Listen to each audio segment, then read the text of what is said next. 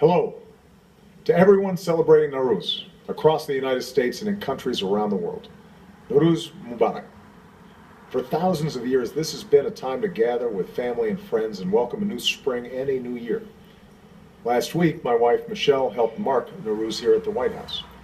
It was a celebration of the vibrant cultures, food, music, and friendship of our many diaspora communities who make extraordinary contributions every day here in the United States.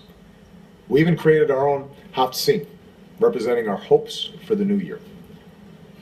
This year, that includes our hopes for progress between the Islamic Republic of Iran and the international community, including the United States. So I want to take this opportunity once again to speak directly to the people and leaders of Iran. As you gather around the Nowruz table, from Tehran to Shiraz to Tabriz, from the coasts of the Caspian Sea to the Persian Gulf, you're giving thanks for your blessings and looking ahead to the future.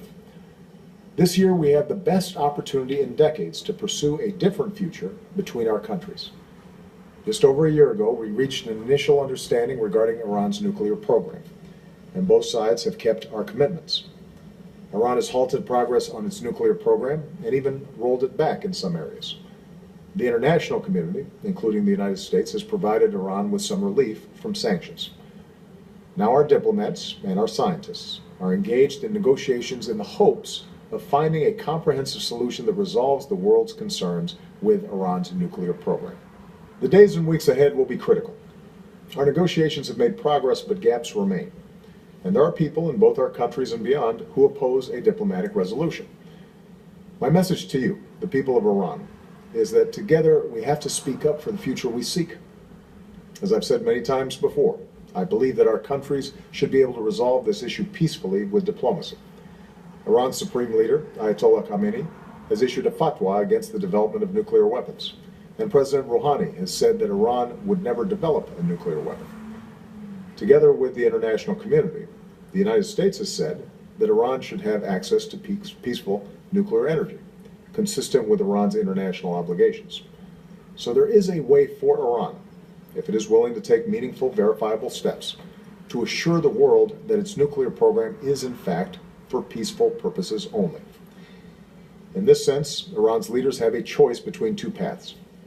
If they cannot agree to a reasonable deal, they will keep Iran on the path it's on today, a path that has isolated Iran and the Iranian people from so much of the world, caused so much hardship for Iranian families, and deprived so many young Iranians the jobs and opportunities they deserve.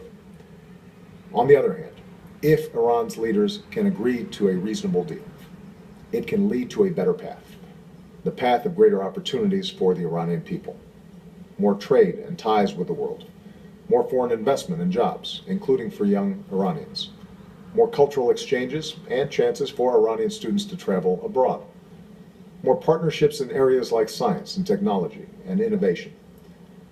In other words, a nuclear deal now can help open the door to a brighter future for you, the Iranian people, who, as heirs to a great civilization, have so much to give the world. This is what's at stake today, and this moment may not come again soon. I believe that our nations have a historic opportunity to resolve this issue peacefully, an opportunity we should not miss. As the poet Hafez wrote, "It is early spring. Try to be joyful in your heart, for many a flower will bloom while you will be in clay." For decades, our nations have been separated by mistrust and fear. Now it is early spring. We have a chance to make progress that will benefit our countries and the world for many years to come. Now it's up to all of us, Iranians and Americans, to seize this moment and the possibilities that can bloom in this new season. Thank you, and Nowruzatan Peruz.